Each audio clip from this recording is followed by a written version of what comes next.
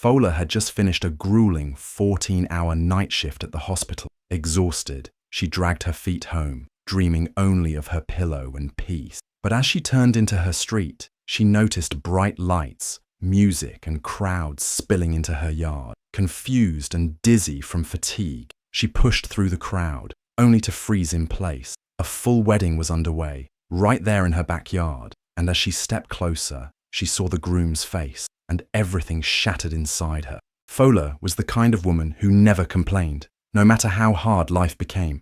She worked long hours as a nurse, often through the night, just to make sure there was food on the table and medicine for her aging, widowed father. After her mother passed away, she took over every responsibility without ever asking for help. She cleaned, cooked, paid the bills, and still found the strength to smile. Fola didn't live for riches. All she wanted was peace, respect, and a little bit of love. And that love, she thought, had come in the form of Ikon, a soft-spoken school teacher who always made time for her. They had been seeing each other quietly for over a year. He wasn't flashy or rich, but he had a gentle way of making her feel seen. He would send sweet messages, call her during her breaks, and listen when she was tired after a long shift. Fola believed their love was real, a simple, quiet kind of love that made all her sacrifices feel worth it. She never asked him for gifts or promises of a grand future. She just wanted someone to believe in her, the way she believed in him. Every night shift she worked, every sleepless morning she came home to care for her father, she held on to the hope that one day things would be better, that maybe she and Ikon could build something beautiful together. But Fola had no idea that the love she trusted so deeply was hiding a secret that would break her heart in the cruelest way. Fola's eyes were heavy as she stepped off the bus. Her legs ached from standing all night, and all she wanted was to collapse into her bed. The hospital shift had been long and draining, with barely a moment to rest. As she turned into her street, she noticed something strange. There were so many cars parked on both sides of the road, and they all looked expensive. Big SUVs and shiny sedans she didn't recognize. Her heart began to race, but she told herself to stay calm. Maybe someone nearby was throwing a party. As she got closer to her house, the sound of music grew louder. It wasn't just music, it was celebration music. Drums, laughter, singing, even people dancing. Fola rubbed her eyes, thinking maybe the tiredness was making her see things. But no, the scene was real. Her front yard, the very space where she used to hang clothes and sweep every morning, had been transformed completely. Big white tents stood tall, decorated with flowers and golden ribbons. Rows of white chairs were filled with guests dressed in fine lace and expensive traditional wear. Caterers moved quickly, carrying trays of food and drinks. Children ran around in matching outfits.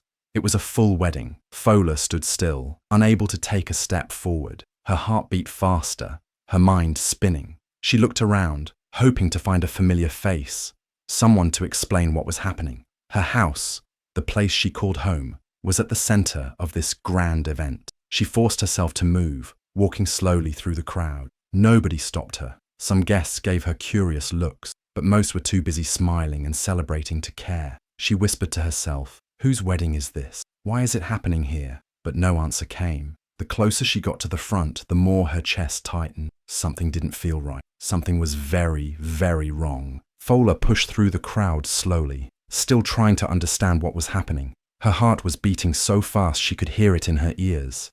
She passed smiling guests, loud music, and camera flashes. Every step felt heavier than the last. Her eyes moved across the faces, searching for someone she knew, someone who could tell her this was all a mistake. But then, her eyes landed on the groom. Her breath caught in her throat. Her legs stopped moving. It was Ikon, the same Ikon who had looked her in the eyes just yesterday and told her he couldn't see her because of urgent family issues. The same man who held her hands and called her my peace. There he was, standing under the big white canopy, dressed in a beautiful white agbada with gold embroidery, smiling at the crowd. But when he saw her, everything changed. Ikon's smile disappeared. His eyes met hers for only a second before he quickly looked away, pretending like he didn't know her. Fola stood frozen, staring at him in disbelief. Her knees felt weak, and the noise around her faded. All she could hear was her own heartbeat and the painful silence between her and the man she thought she knew. People were clapping, laughing, dancing, but inside Fola, everything had gone quiet. It was like the ground under her feet had opened. Her chest burned, and her hands started shaking. She felt like screaming, but no words came out. She took one step back, then another, as tears welled in her eyes. How could he? How could the man who told her he loved her be standing there, marrying someone else, in her own backyard? And worse, he couldn't even face her. As Fola stood there, lost in shock, a soft hand touched her shoulder. She turned and saw her neighbor, Mama Titi, an older woman who had always been kind to her. Mama Titi's face was full of worry. She gently pulled Fola away from the crowd, into a quiet corner beside the house. "My dear," she whispered, "you deserve to know the truth before you go mad from confusion." Fola blinked, trying to focus. Her heart was still racing, her mind spinning. Mama Titi looked around to make sure no one was listening, then leaned closer. "Ikon's family never wanted you," she said. "They think you're not good enough. They said you're just a nurse. No family riches, no big name, no inheritance. They want someone with status." Fola's mouth opened, but no words came. The pain hit deeper now, not just from Ikon, but from the people who judged her for simply being hard-working and honest. Mama Titi continued, "They've been planning this wedding for weeks. The bride is the daughter of a rich politician from Abuja. Her family has power, and Ikon's parents wanted that connection more than anything. They told Ikon to forget about you." Fola felt like her chest was on fire. Every word stabbed like a knife. She had no idea this was happening behind her back, while she was busy working night after night, thinking she was building a future with Ikon. But then came the worst part. Mama Titi sighed deeply. "And the reason they're using your compound, your father agreed. They gave him a big amount of money to rent the space. He told them you wouldn't be around because of your night shifts." Fola's knees almost gave way. Her own father, the man she had been taking care of, the man she cooked and cleaned for, the man she sacrificed sleep and comfort for, had sold her out. He didn't even tell her. He let her come home to this betrayal like she was nothing. Fola felt her eyes burn. It wasn't just heartbreak now. It was deep, raw betrayal from every corner of her life. And in that moment, standing in the shadows of her own backyard, Fola knew something inside her had changed forever. Fola walked slowly into the house, her hands trembling. Her father was sitting on the sofa, pretending like nothing had happened outside. But the moment he saw her face, pale and filled with pain, he looked down. Fola's voice shook as she asked, "Daddy, how could you let this happen here, in our own compound?" He sighed and didn't meet her eyes. "Fola, I had no choice," he said quietly. "No choice?" she cried. "You sold me out. You didn't even tell me. You let them use our home to marry off the man I loved. And I found out like a stranger." Then he finally looked up, eyes full of shame. "They promised me money, enough to clear all the debts I owe. They said they'd take care of everything if I just agreed. I didn't think it would hurt you like this. I was desperate." Fola stepped back like he had slapped her. The man she had given everything for, cooking, cleaning, working night shifts just to make sure he never lacked anything, had thrown her under the bus for cash. He chose his peace over her pride. He chose money over her dignity. But the pain wasn't over yet. As she stood there, her phone buzzed. One message after another poured in from her co-workers and friends. "Congratulations, Fola! We're on our way to your wedding," one said. Another message read, "Can't believe you didn't tell us about the big day, bride-to-be." Fola stared at the screen in confusion and horror. She opened the attached pictures, fake wedding invitations, with her name printed boldly as the bride. Tears rolled down her face. Ikon's family hadn't just betrayed her quietly, they had turned her into a joke. They used her name to invite people just to cover their lies, so that no one would suspect anything. People thought she was the bride, while the real bride was someone else. Her co-workers were probably getting dressed, bringing gifts, expecting to celebrate her love story. The humiliation was unbearable. Fola stood frozen, her heart shattered into tiny pieces. In one day, she lost the man she loved, the trust in her father, and the respect she had worked so hard to earn. This wasn't just heartbreak. This was war, and deep inside, something strong and dangerous had just woken up. Fola stood outside for a long moment, her heart beating like a drum, but her face showed no emotion. All the pain, all the shock, it was buried deep now. She had cried enough. Now she was calm, too calm. With slow, steady steps, she walked straight into the middle of the wedding ceremony like she belonged there. The music lowered, heads turned. The officiant was just about to start speaking, but Fola raised her hand gently. "Please," she said in a clear, steady voice. "Before you begin, I have a few words." Gasps echoed across the crowd. Ikon's eyes widened in horror. He stood frozen beside his new bride, who looked around in confusion. Her rich parents whispered to each other, clearly unsure of what was happening. Some guests shifted uncomfortably in their chairs, while others leaned forward, eager to see what drama was about to unfold. But Fola didn't shake. She didn't shout. She didn't cry. She simply looked around with calm eyes, as if she was the one in control, because in that moment, she was. Every single eye in that compound was now on her. Ikon opened his mouth trying to speak, but no words came out. His lips trembled. The bride looked at him, then at Fola, then back at the confused officiant. Fola took another step forward. "I'm not here to stop the wedding," she said softly. "I just want everyone to know the truth before this begins. You see, this man," she pointed at Ikon without blinking, "was in my house last week, holding my hand and telling me he loved me. He said he couldn't meet yesterday because of family issues. This," she waved her hand at the decorations, "this is the issue." More gasps.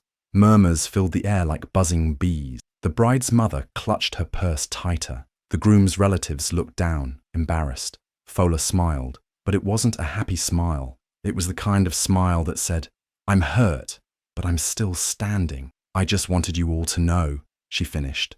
"Now, please, carry on." Then she turned around, walking out slowly, gracefully, like a queen leaving a battlefield. And though her heart was still broken, the look on everyone's face showed one thing clearly. Fola had won the moment. Fola stood still, holding the crowd in silence. She didn't shout, she didn't cry. She just took a deep breath and began to speak, her voice calm and steady. "I'm not here to fight anyone," she said, looking around at the guests. "I'm not here to beg either. I just want to tell a small story. My story." The guests leaned in. Even the bride's father stopped whispering. Everyone wanted to hear what she had to say. "I met Ikon 2 years ago. He was kind, gentle, and I believed him. I believed every word he said. I worked night shifts as a nurse, and even when I was tired, I would still come home and cook, clean, and care for my father. I gave everything I had, my time, my energy, my heart, to 2 men. One I loved like a partner, the other I loved like a father." She looked at Ikon and her father, both standing still like statues. "I never asked for gold. I never wanted big things. I just wanted respect, truth, loyalty." Gasps came from different parts of the crowd. Some people started shaking their heads in disbelief. "I didn't know," she continued, "that my love was not enough. I didn't know that my job as a nurse made me less.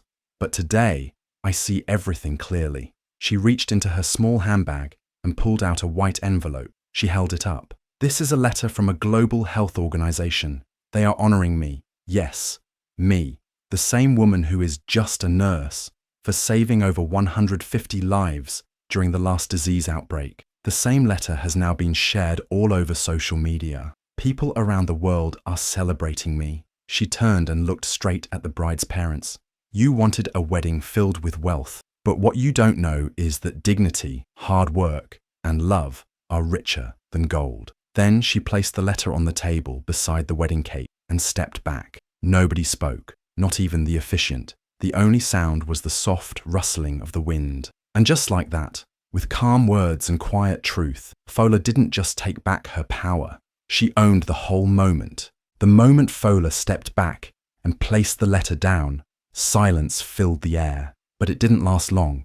The bride's father, a powerful man known by many, slowly stood up from his seat. His face was tight with anger, and his voice cut through the quiet. "What is this?" he shouted, pointing at Ikon and his family. "What kind of nonsense is this? Who lies like this?" People turned to watch him. Guests whispered. The bride looked lost and confused, her hands shaking as she looked from Fola to Ikon. "You told us she was just a tenant," the bride's father yelled. "You said she had no connection to this man, that she was just living in the house while you prepared for this wedding." Ikon's mother stood up quickly, trying to calm him. "Please, sir, let us explain." "Explain what?" He cut her off. "That your son was living a double life? that he used this poor girl and let her think she was the only one, while you were collecting bride price behind closed doors. The bride's mother covered her mouth in shock. The bride herself sat down hard, her white dress crumpling beneath her, tears spilling down her cheeks. "I will not allow this," the official roared. "This wedding is over. It ends now." Gasps filled the tent. Someone dropped a glass. A baby started crying in the background. Ikon tried to speak, stuttering, but no one listened. His voice was swallowed by the chaos. The officiant slowly closed his book. The musicians stopped playing. Guests began to stand up, some shaking their heads, others whispering in disbelief. Ikon's mother rushed to her son, trying to defend him, but the bride's family was already walking out, leaving behind their expensive decorations, food, and gifts. And Fola, she stood quietly in one corner, her eyes calm. She didn't scream, didn't run. She had said her truth, and now the lies were breaking apart on their own. The wedding that was supposed to show off riches and power had turned into a disaster, all because of a woman who had nothing but truth, and that was more powerful than anything money could buy. The next morning, the internet exploded with Fola's story. Someone at the wedding had secretly recorded her calm but powerful speech, and now the video was everywhere. It was on blogs, Instagram, TikTok, Facebook. People were sharing it faster than wildfire. In the video, Fola stood with grace, speaking her truth without shouting, without insults. Just facts from a woman who had been betrayed but refused to be broken. People across the country were touched. They couldn't believe how much strength she had, standing there after everything, after being lied to, used, and humiliated. Comments flooded in, calling her a queen, a warrior, and a true example of grace under pressure. Even news stations picked up the story, calling it the wedding that uncovered the truth. While Ikon and his family were being dragged online, Fola was being celebrated. Strangers were praying for her, encouraging her, and thanking her for reminding everyone what true strength looked like. Many said she inspired them to stand up for themselves, to stop being silent when treated unfairly. By the afternoon, her phone rang. It was a call from a powerful women's foundation. They had seen her story and were moved by her courage. They told her they believed she had leadership in real leadership. They offered her a scholarship to study public health leadership abroad. They said the world needed more women like her, strong, wise, and brave. Fola couldn't believe it. The same world that tried to shame her yesterday was now lifting her up. Her hospital also called. They promoted her to lead nurse, saying her calm response in a moment of crisis showed she had more than just medical skills. She had true leadership. From tears to triumph, Fola's life began to change. She was no longer the girl everyone overlooked. She became a voice for women, a light to many, and proof that dignity always wins in the end. Ikon couldn't believe it. After everything that happened, he tried to reach out to Fola, sending her desperate messages, calling her phone over and over. He needed to explain, to beg for her forgiveness. But Fola, who had once given him all her trust and love, was no longer waiting for him to fix things. She had moved on. Then came her father. He showed up at her door crying, apologizing, asking her to come back home. He had made a mistake, he said, and he was sorry for choosing money over her happiness. He begged her to forgive him and return to the life they once had. But Fola had already made her decision. She was done living for others, done giving all of herself to people who didn't value her. Fola had packed her things and moved into a new apartment, one that was small but hers. It was a gift from the Women's Foundation, a fresh start, a place where she could finally breathe and be free. As she stepped into the new space, she felt a sense of peace she hadn't known in years. She was free from the lies, the manipulation, and the expectations that had once controlled her life. That evening, she stood on her new balcony, watching the sunset paint the sky in shades of orange and pink. For the first time in weeks, she smiled, not because of revenge, not because she had won, but because she had chosen herself. She realized she was no longer defined by her past, by the men who betrayed her, or by a family who sold her dignity. Fola had found herself again, and for the first time, she was living for her own happiness. She was moving forward, not looking back. It wasn't about forgiveness or forgetting. It was about healing and choosing a future that was hers and hers alone. In that moment, as the sun dipped below the horizon, Fola knew her journey was just beginning, and this time she was in control.